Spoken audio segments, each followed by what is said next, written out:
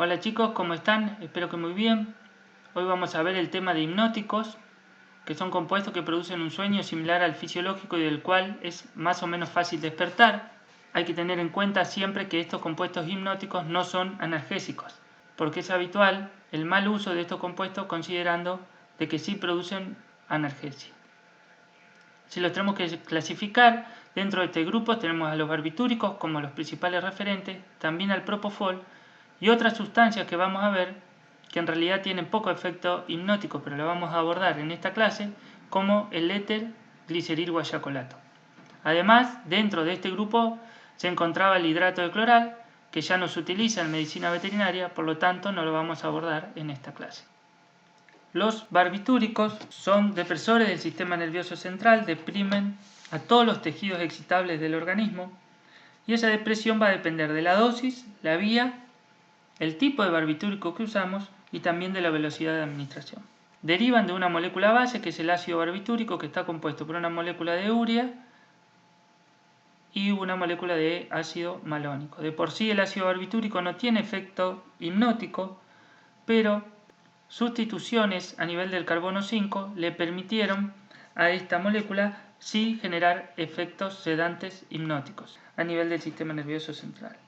Además, estos compuestos son solubles en solventes orgánicos como el cloroformo, el éter y también, por supuesto, en grasas, son muy liposolubles. Esta característica les impediría ser administrados por vía parenteral, por lo tanto son elaborados como sales sódicas muy básicas con un pH de 9 a 10, estamos hablando no de la molécula sino de la formulación que le permite ser solubles en agua, hidrosolubles y permite la administración por vía parenteral.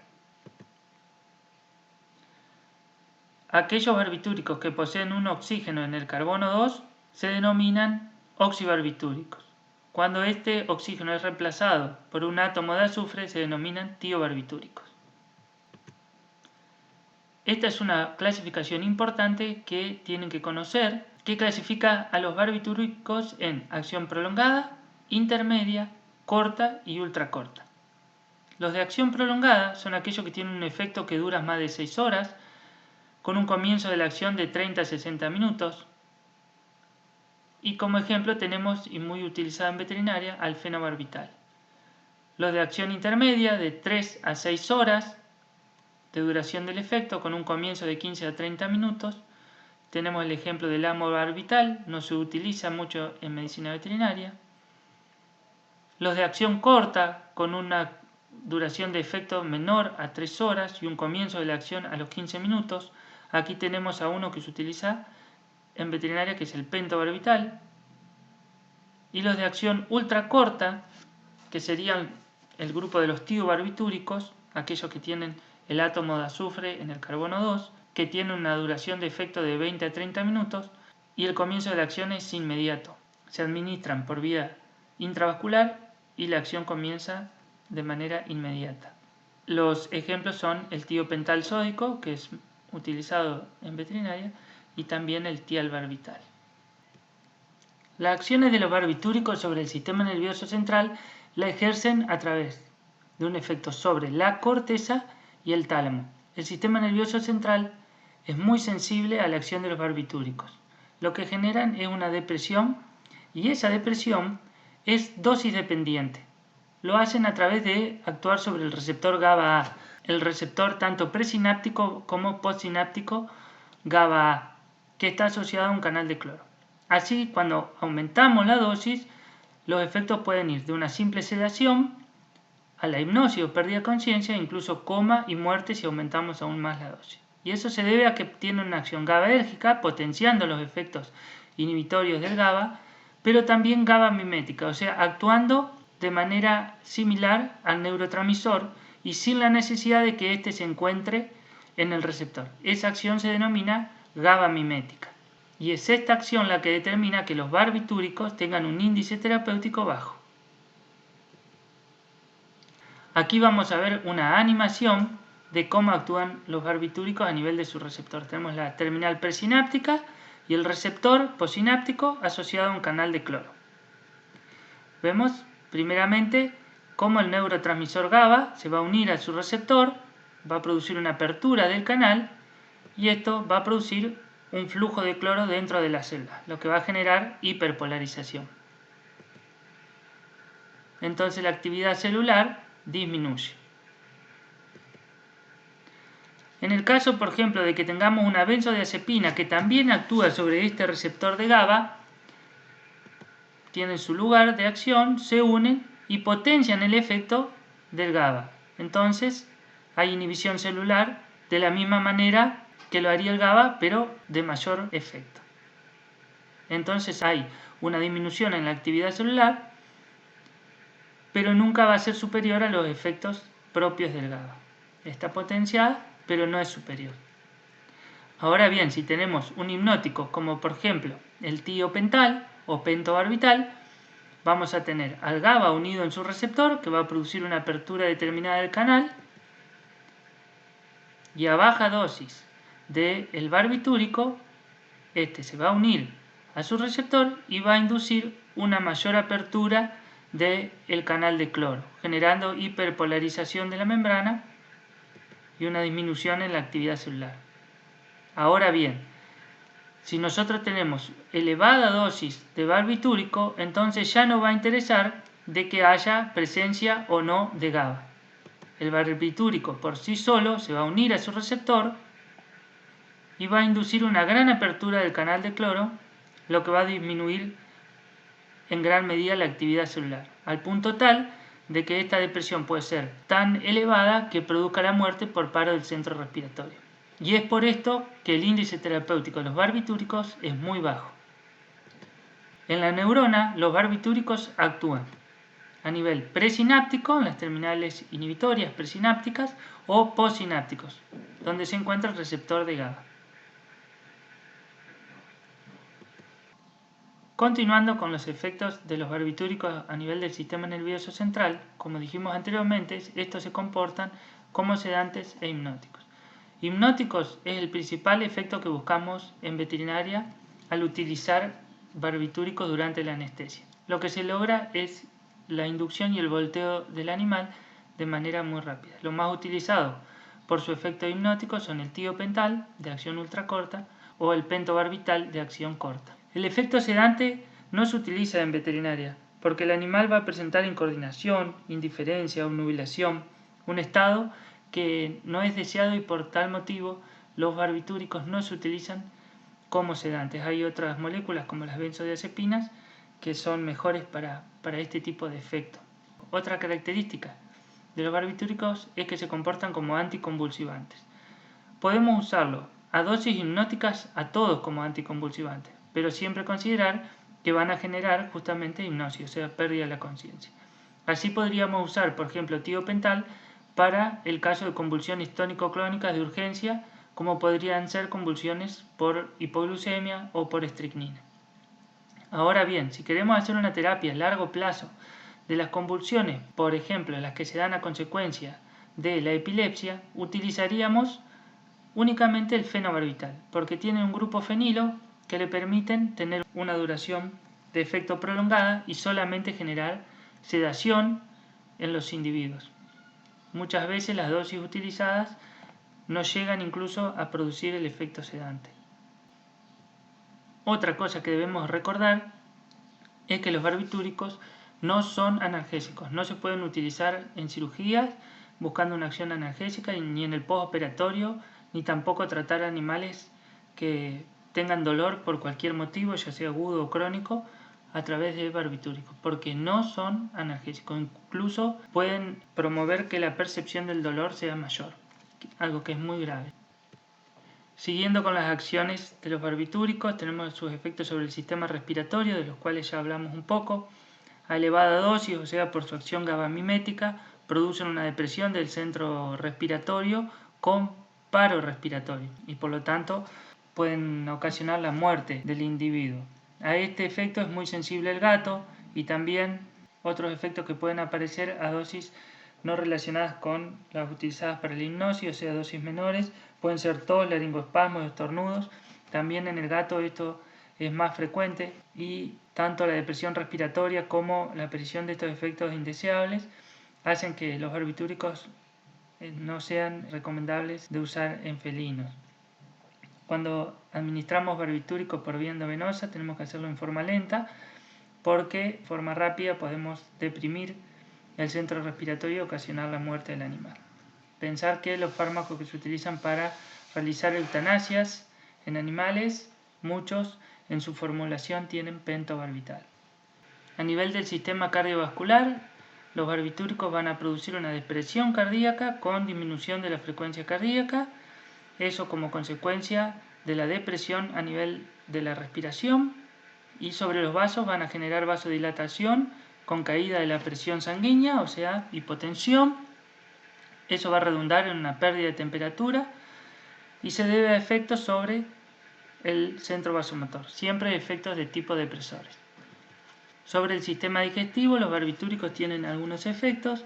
Uno es la disminución del tono del músculo liso gastrointestinal, por lo que podrían tener efecto antiespasmódico y antidiarreico, incluso lo tienen, pero no son efectos por los cuales se utilicen los barbitúricos, son efectos secundarios. Y nunca vamos a utilizar barbitúricos en busca de su efecto antiespasmódico o antidiarreico.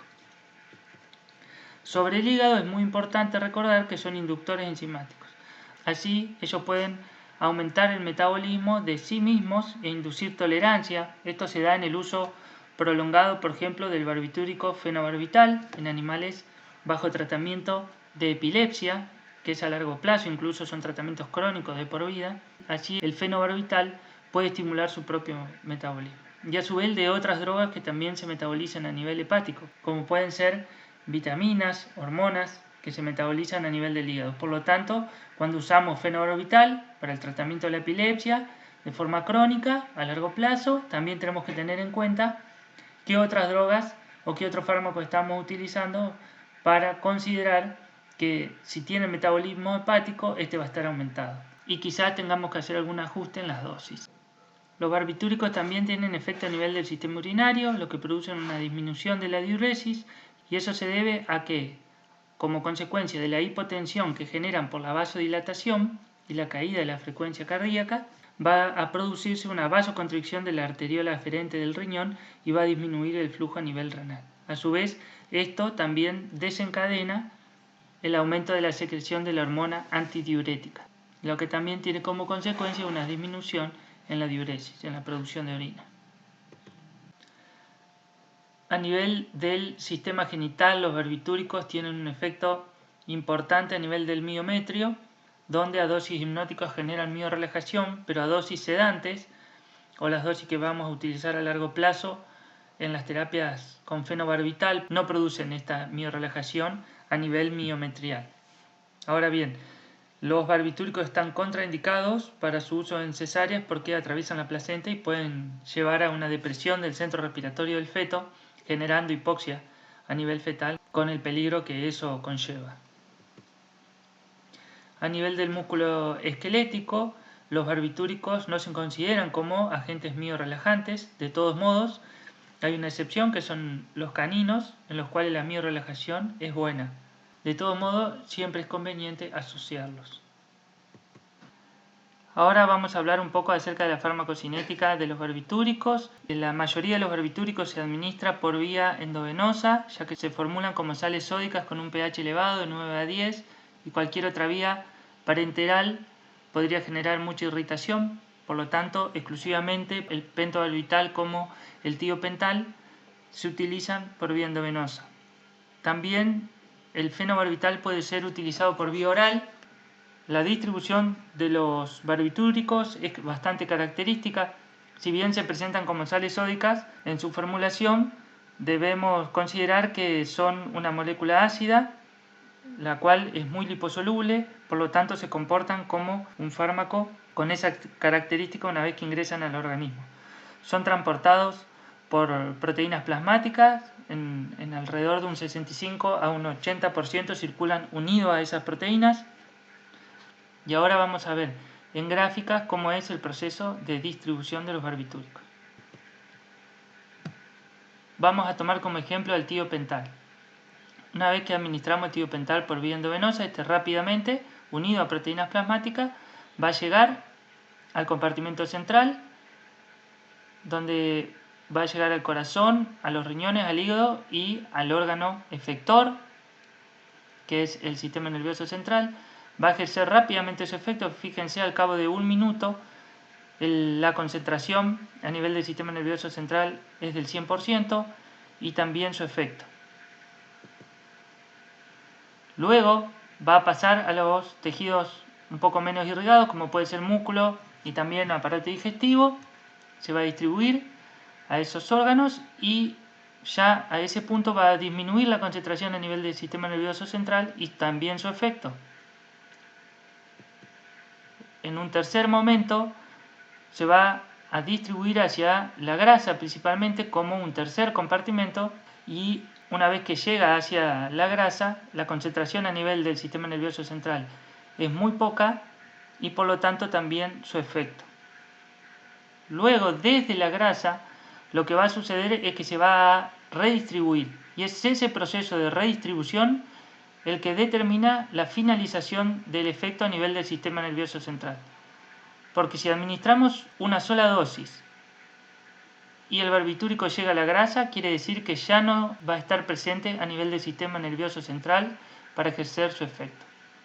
Este fenómeno de redistribución, lo que sucede es que pasa desde la grasa hacia otros tejidos, como pueden ser músculo, aparato digestivo, el hígado, los riñones. Va a sufrir metabolización y finalmente se va a eliminar. Tiene que quedar claro que en barbitúrico es muy importante la redistribución, porque es lo que determina que disminuya su concentración a nivel del sistema nervioso central. Ahora bien, si nosotros, en vez de administrar una sola dosis, como es este ejemplo, administramos dosis sucesivas, que es algo común durante una anestesia, las concentraciones van a empezar a aumentar en todos los tejidos y estos se van a saturar, inclusive el sistema nervioso central. Por lo tanto, la duración del efecto va a ser mayor.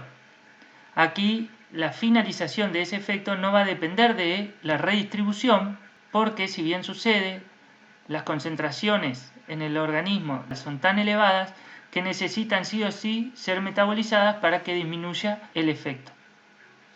Esto lo podríamos ver también en animales con problemas hepáticos, por ejemplo cirrosis hepática, que no puedan metabolizar, ahí se puede prolongar el efecto. Y lo mismo en animales que son delgados, por ejemplo un perro galgo. En esos animales la ausencia de tejido graso evitaría que se dé el fenómeno de redistribución, por lo que habría una prolongación del efecto. Vamos a ver también dentro de la farmacocinética de barbitúricos el metabolismo. Este se da por varias vías metabólicas a nivel hepático, puede ser oxidación, supresión, hidrólisis y también conversión a otros compuestos. El proceso metabólico más importante es el de oxidación. En cuanto a la excreción, esta varía dependiendo el barbitúrico del cual estamos hablando. Fíjense, los barbitúricos que tienen acción más prolongada, como puede ser el fenobarbital, tienen poco metabolismo hepático y algo de eliminación renal, un 30%. En esta eliminación también puede suceder que haya reabsorción a nivel tubular. Y fíjense, para el tiopental, que tiene una duración de efecto de 20-30 minutos, o sea muy corta, tiene una amplia metabolización a nivel hepático, con una excreción renal de 0%. En el caso de que querramos aumentar la eliminación a nivel renal, lo que podemos hacer es alcalinizar la orina, ya que estos, si bien se formulan como sales sódicas, en el organismo liberan al compuesto que es ácido. Por lo tanto, si alcalinizamos la orina, vamos a favorecer la eliminación de este compuesto ácido.